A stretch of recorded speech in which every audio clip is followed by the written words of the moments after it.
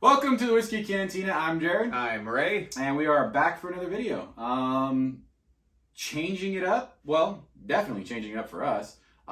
We have dived into Scotch before, and we're going back in, but I think Raymond picked out something that I'm excited for as far as Scotch is concerned. I've been staring at this bottle for a long time, mostly because it's a cool looking bottle, also because it's extremely popular. We were looking at some reviews earlier. It had over 4 out of 5, I think, on it. 4 out of 5 stars or whiskey drops is what they call it. 4,000 reviews or something like that. Which, I mean, that's amazing. 2,000, but he was close.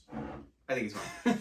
But still, that's a killer score. You know, so it's a popular bottle. It's something that neither one of us has tried. Like he said, we've only dipped our toes into the... We actually haven't even opened it. No, we haven't. We've only dipped our toes into Scotch, really, and we enjoyed what we did. It was a learning experience.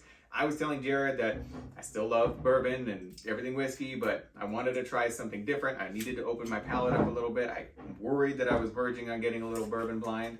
So we decided to start our day off today with some Highland Park 12. Highland Park 12. So it is a single malt Scotch whiskey. It is called a peated single malt Scotch whiskey. It doesn't say it on the bottle, but it is called a peated. So just so you guys know, Lagavulin, Ardbeg, obviously Highland Park. And now I'm really curious on that, but it's the peated Scotch. So when we crack this open, I'm hoping it has that strong, smoky, peated smell. And I imagine it'll be more subdued. Yeah, it's going to be subdued probably compared to the other one. But I'm excited for that because as far as I know, Raymond hasn't had a peated Scotch. I haven't. So I've been kind of excited to just have him really see what that whole smokiness is about. Now, I know that this also has supposedly some sweet flavors and things like that as well. We're going to be looking for some honey, some sweet syrups, maybe, I don't think so much in terms of maple, but then some of the more tropical fruits too are some, kind of hidden in the bottle, supposedly. We're going to crack this buddy open. And so as far as Scotch goes, Raymond kind of mentioned it. I mean, we're lukewarm. We're not going to lie. We're not going to, if you guys are looking for a video on some detailed review on Scotch, this is not the video, and I'm just being honest. We know some about Scotch. We obviously know about it. We like certain Scotches for sure.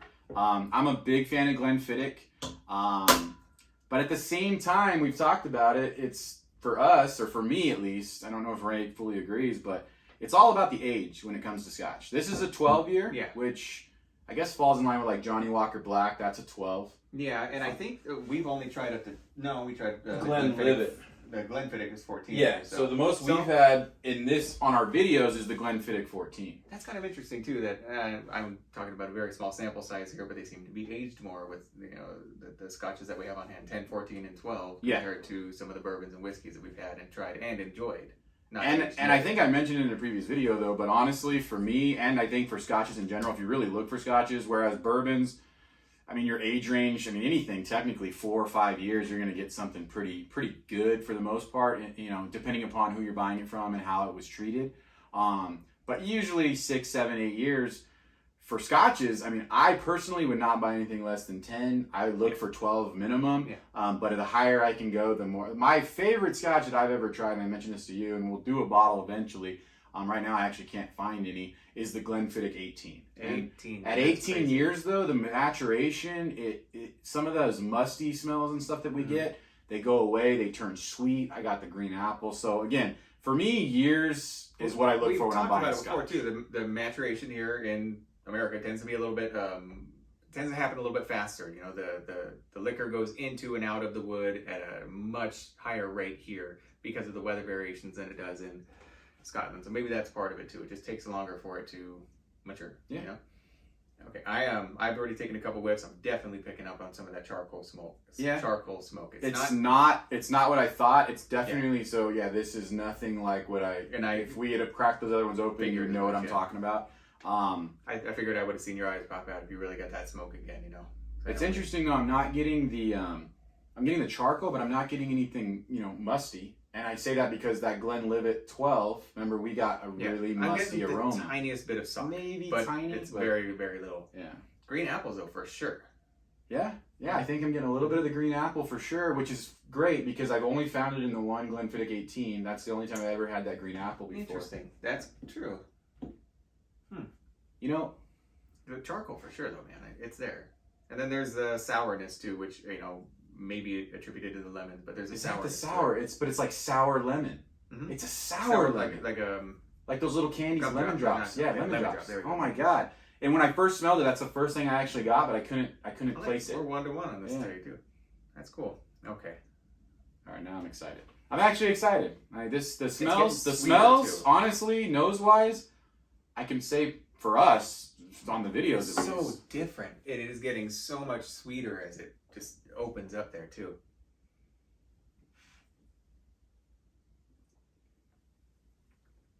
Wow. I know why it's so popular. Wow, that's a good Scotch. And it just sticks around. That coats your entire mouth. I was so nervous because it was only 12 years. That's sad to say because 12 years seems so long, but with Scotches for me, wow. It coats your entire mouth. You get I get a lot of the same flavors on the palate that I actually did on the nose. I definitely get more of the smoky though, and you can taste the peat. So you can actually taste that peat. It's different than like a charred barrel. It's different than that type of smoke. Unburnt wood. I'm tasting something that's like almost like fresh wood. Yeah. Wow, that is very interesting, man. It's really good. But yeah, it's not that sweet, but in a good way. I get what they're saying by syrup. It's almost like a dull, sugar-free type syrup. Like just like a dull, it's good. It's like... It's almost syrup more in the way that it coats your mouth, though. You know what, man? That's a good Scotch. And I don't say that begrudgingly. I say that... That is a sipper, too. It's like a sipper. It's just a good Scotch. It doesn't have... I'll be frank. It doesn't have the characteristics of Scotch that I hate. And I say that meaning overly... You get that... You know what I'm not getting? The barley taste. That strong malted barley. There's nothing obnoxious. I've been able to pick that out before, saying, nah, it's the malted barley, that's the malted barley. I'm actually not getting that. There's pine at the end too, though, for sure. I'm getting a little bit of Christmas right at the end there. Wow, you're right. It just opens up.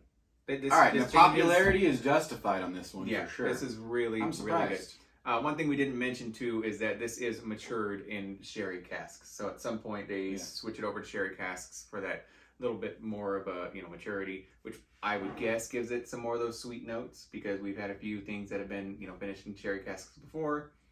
Yeah. And I think it tends to give it something a little bit sweeter. So it says on the bottle they actually give some tasting notes, natural color. So this is remember Scotch. Yeah, it's not color, not which color. is good. I like that note. Heather honey sweetness. Well, I don't know what heather honey is, but honey sweetness. Rich fruit cake, aromatic smoky peat. Okay, the fruit cake I could see that. Yeah, man. I could see the fruit cake too because there's that breadiness to it. That's really good. Cheers to this one, man. That's awesome. Praise Odin. Praise Odin. 86 proof, 43%. Yeah, we didn't talk about that. 43% ABV, which also makes me a little, but then again, we go back to the Irish and we go back to the Scotch, we're really right around 80 on all of them. And if you gave this to me and asked me to guess what the proof was, I would go a lot higher than 86%. I would guess it was somewhere You do get the ethanol. So you do taste the ethanol, but it's muted, it's not overpowering. Yep. So you're not like, oh, this is some 110 proof, something that needs to be aged longer or muted more, but Highland Park 12, you got 2 more fans, man. Honestly, you really do. And you know what? Time. It's funny, I brought up that Glenfiddich, but they make a Highland Park 18.